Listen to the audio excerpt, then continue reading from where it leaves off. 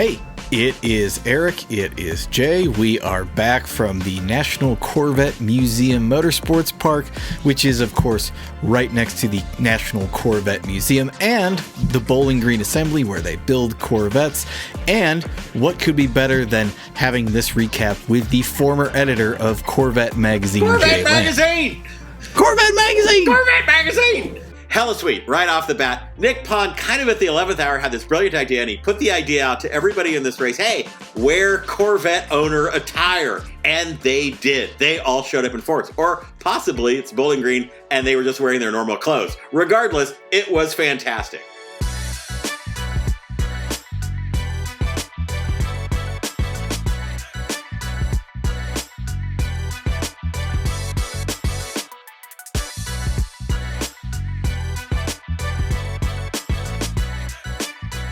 But terrible at this race was not the fact that we had 4 Corvettes, nor that we had them lined up to take the green flag from Colonel Sanders in formation. No, but terrible was the fact that one of those cars had a problem with their windshield and another had a problem with their transponder, so they came into break formation. And then the next 30 cars in line came off the track, so there was one Corvette all by itself taking the green flag. That was but terrible. Hella sweet, Team Sucker Punch took it upon themselves to make a special Corvette Cup trophy that was going to go to the fastest Corvette of the weekend. It included Corvette parts and a copy of Corvette Magazine! Corvette Magazine! Corvette Magazine!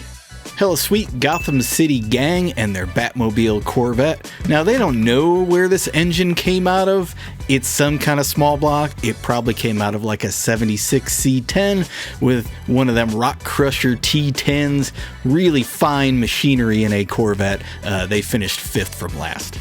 Hella sweet, another Corvette C4. This was Ragged Racing. They also had a truck motor, this time an LS. Well, that worked way better. Oiled down the entire track, oiled down their frame, created a super fun sight. Very Corvette. And the winner of the Corvette Cup was the other Ragged Racing Corvette, which is a nice 90s teal C4 with a 350 that came out of some old T-bucket. It's real bad. It finished like 39th or something. Outside of Corvettes, hella sweet, we had HoChunk with their Jeep Cherokee bodied Lexus, because everybody has one of those. These guys are from Kentucky, and they're the ones who brought the Colonel Sanders who waved the green flag. Eric asked them, like, where'd he get that outfit? And all the teammates said, no, he just looks like that. He dresses like that every day. We believe it. We brought a couple penalties to this race, including the Bob Ross penalty, a classic, very well executed by Team Rotary Inner Broken, which is also a great team name. The other penalty we dusted off was the Derby Day penalty. Bowling Green, of course, right down the road and in horse country near Louisville and Churchill Downs. We made this team go back to their paddock and make their finest Derby Day garb that they could with their mint julep glasses that they also made and tour the paddock. That was hella sweet. But terrible. NCM has pretty strict noise regulations, and some people did not take them as seriously as they should. Most notably, a Rotary, surprise, and weirdly, a Volkswagen Cabrio. Well, they both hastily tried to pack some muffler in there and shove things up there. That didn't work very well. They fought it all weekend long, but terrible. This brings us to several but terribles in a row that we will get to. First of them, the OTown Racing Audi TT. These guys had their trailer and their race car stolen on the way to High Plains for the 24-hour race earlier this year. They got their tow rig back, but the race car was missing. Nobody had any idea where it was until the police spotted it going 110 miles an hour on a public road. First of all, it's relatively impressive that their Lemons car will go 110 miles an hour. That's not a given. Now onto this race. They brought their Audi TT, which, did 7 laps at its first race, but they worked on it. Did it look super fast? Yes. Had they cheated and paid a shop to tune its engine? Yes. Was it on Mucho Macho tires? Yes. Did it decimate the field and obviously its previous total of 7 laps? Yes. Well.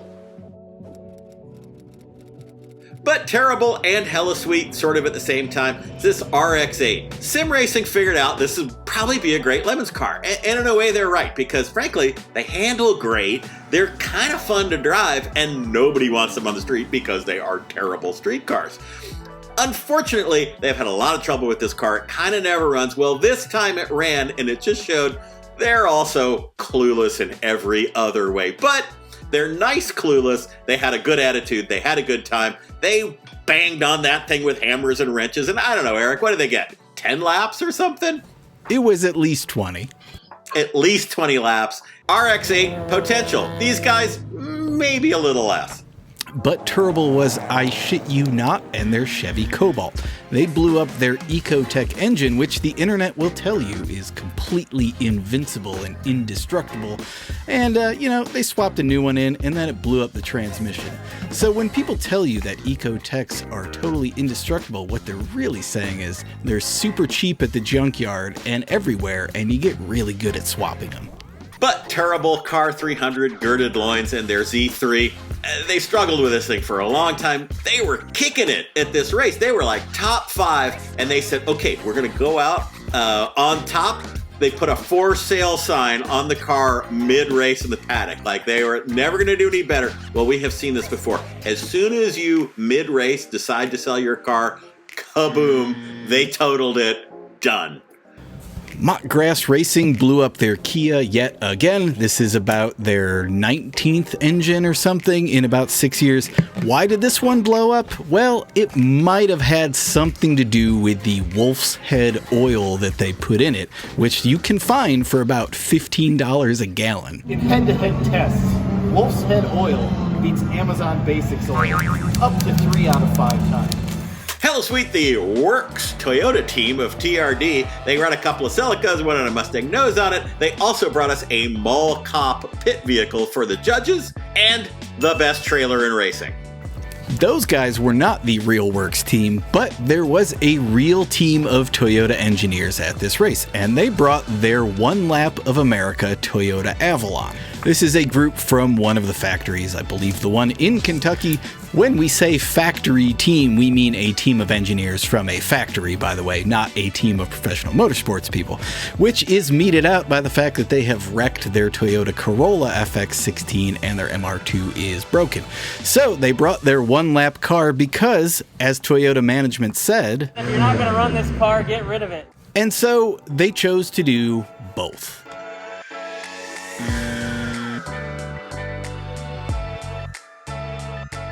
Hella Sweet, My Little Neon, which is actually an E36 now, is Monica. She just was all on her own. Only person wrenching on the car, only person driving the car. She would go out, she would race a while. Okay, I'm tired. I'm going to go eat a sandwich, take a nap. A couple hours later, yeah, I want to go out and drive some more, drive a few more hours, come back, hang out with people, chitty chat, read the paper, read Corvette magazine, go back out. Did that all weekend. It was fabulous.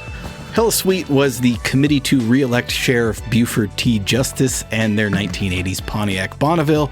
Now, these were some new guys to Lemons, and they brought us a car we haven't seen in a long time, since Speedy Cop's Donk Bonneville, by the way. And they were super into it. They didn't prepare it with any of the Pontiac speed parts that you might expect. They failed tech, unfortunately. Pontiac speed parts. Yes, it's a mouthful there. Anyway, so they failed tech. They were very distraught and thought, well, shucks, I guess this is where we go home. We said, no, you can't quit that easily. We pointed them to Bad Decisions Racing, who helps them fix their things in tech. They got out on the track a little bit. It's still a Pontiac, but it was still a Hella Sweet situation. Hella Sweet, Team Achy Breaky Escort. All I need to say. Escort. Escort. Hella Sweet, the No Hablo Inglés Más de Miata. This is a group of 20-something engineering graduates, all from Puerto Rico, all working in Michigan now. And unlike pretty much every other set of professional automotive engineers that run Lemons, they didn't screw around with a car, and they didn't drive like knobs. They finished 4th overall. That was Hella Sweet. Now, kind of Hella Sweet was the Lost in the Dark Miata. This is actually a 2 Miata team out of Texas who came all the way up. They ground a lobe off of one of their camshafts somehow in their Miata. Never heard of that happening. They swapped in a new camshaft. It fixed nothing. Everything was already broken. They went and found another Miata to swap things on. They almost got it all put back together before the race, but just ended up with 2 halves of a Miata. Hella Sweet in Class C, we kind of had a real race. It was Castor Oil and their Isuzu, it was Duff Beer, it was Bad Penny. They were all going right at it. I think in the very end, the Isuzu blew up like 10 different things all at once, and Duff took it. Well, as long as we're talking about winners, Squatting Dogs in tracksuits finally won Class B. Now, they have been leading on the last lap of multiple races before and screwed it all up. This time they didn't. Congratulations. All right, that takes us to the trophies. Let's start out with the heroic fix. Nearly Adequate Racing showed up with a Ford Pinto and a 2.3-liter 4-cylinder engine. Well, that should be fine. No. We got a turbo we're going to put on it. Not just a turbo. We have 3D printed a plastic plenum to connect the turbo to the 2.3 motor. Well, that worked out exactly as well as you would think. They thought they got it all hooked up, and then it didn't work. And then, oh no, we'll just make our cheaty fuel-injected non-turbo 2.3 work. They couldn't do that either. They banged and wrenched, and finally, I don't know, the car has 3 moving parts. It took them like 36 hours, but they did get back out, and they actually beat the I Got Screwed winner by 3 laps in the end. That I Got Screwed winner was the Not Real Professional Racing Mazda Protege that was done up like a Joe Dirt car. One of the things that they did right was not bring an actual Superbird. They brought a Mazda Protege, which is usually a pretty durable and tough car, but not this one. Instead, one of the rods shot straight out of the block, left a gigantic window. Like most first-time Lemons teams, they did not bring any spares whatsoever. They sent some team members out to a junkyard to find an engine of unknown quality to put in while they took the old one out. This kind of smooth process took them a cool 26 hours to get right. They finally got the new engine in, they fired it up, it made about 3 laps and started knocking. And as a result, they finished DFL 3 laps behind the Pinto with the non-turbo turbo engine. The special, unfortunately didn't fall into a sinkhole trophy, went to the Cadillac XLR. Why, you ruined classic. For the 10 people who don't know what an XLR is, this is really simple. You took a Corvette chassis and you added about 500 pounds and a Cadillac Northstar engine and a lot of gold bling onto it, and you planed the edges off with a cheese grater and made it really square. Kind of a cool car. I think it's kind of a cool car, but in any case, nobody wanted these cars, and now they're kind of Lemons cars. Well, this one, it had been crashed. The whole front end had been cleaved off. The wiring harness had been ripped out. These guys got it, sold off a ton of parts. Did we care? No, we did not, because it's an XLR, and you know what happened? 67th fastest lap of the race, 69th overall. Judge's choice went to the Cleverly Hillbillies. Now, where to start with these lunatics? We've been getting emails from this guy, Stephen A. Bear from NOLA, for like 2 years, and he turned up with a salvaged Mercedes S600 with a V12. Talking about depreciation, an $80,000 XLR, kind of a lot of money, but one of these things cost $130,000 a quarter century ago. It's absolutely nuts. These guys don't do anything half-assed, so they did a whole Beverly Hillbillies Model T moving granny with the clampets thing onto an S600. It stopped a BS inspection in its tracks. People came from all over the paddock to see this thing. The monoblock wheels that are worth probably as much as some houses. Did they pay $500 for it? Well, not quite. But they sold off a whole bunch of stuff, just like you can with an XLR, to the one coot who is dedicated to fixing his S600, and they raced it. It mostly just overheated and then totally the bed, but they had a good time. They finished about 55th, and Steven has assured us that he has about 6 more crazy projects like this in the works. Also, that car won the Yokohama Wrangler Cup, so that was good. The organizer's choice was the Eagle Summit wagon of It'll Be Fine, and they decided to go on a mini Van Halen theme, which is genius. In this case, a mini minivan, but let's not quibble. They had the paint, they had the guitar uprights, they had the microphone shifter, they even had the little rider about no colored M&Ms, that was a bribe for the judges. They really did it properly, and in addition to the fact that the Eagle Summit wagon really is the ultimate Lemons car. We loved it. It's pretty simple. If you want a trophy in Lemons, bring an Eagle. Yeah, it's really all you got to do. Index of Affluency went to Offkilter Racing in their 1962 Plymouth Valiant. These cars are spectacular. They have fins all over them. The whole car is kind of a fin, actually. And they came with a kilt theme, very Scottish. They gave Judge Craig haggis, which is not a bribe to anybody else but Judge Craig.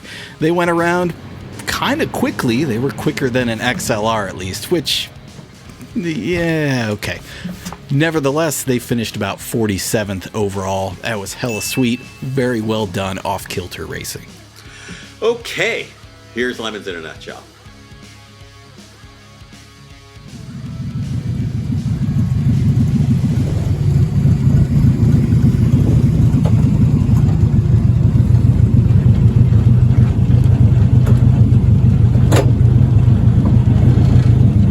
Finally got it? What's that? Finally got it? Yeah, this one's really hard to get in.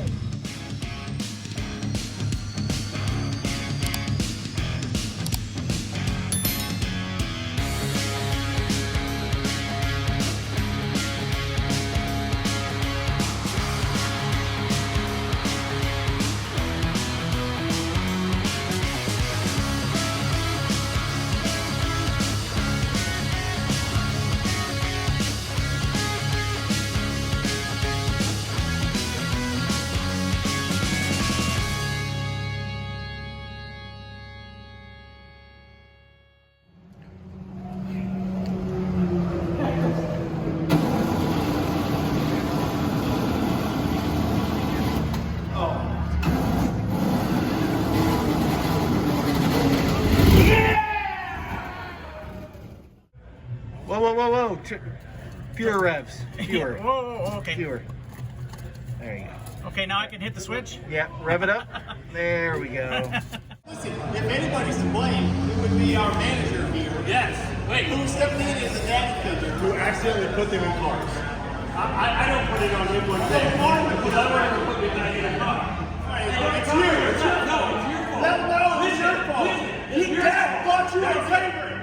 He treated you better than me. You see what's coming out? Here's the truth. You guys can't handle the truth. I don't know, the early 2000s. It's a Greg Biffle door. We're not Greg Biffle, so we signed it. Yeah, of course.